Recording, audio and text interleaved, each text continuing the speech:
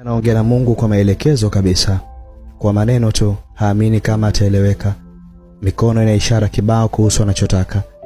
Ni video ya imani kwa sababu kwa umri wake huyo mzee bado hajakata tamaa na miujiza ya Muumba wake. Kumbuka ni mwanaume huyo, na tafiti zinasema kuwa mara nyingi huwa hatuombi ila tunalalamika kwa Mungu wetu. Kwa mzee ipo tofauti sana, anazungumza na kusihi kabisa.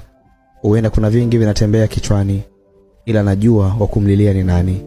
Kashavuka levu ya kiza kiasi cha kumpa binadamu nafasi ya Mungu, na hapo ndipo mwisho wa kila maumivu yetu.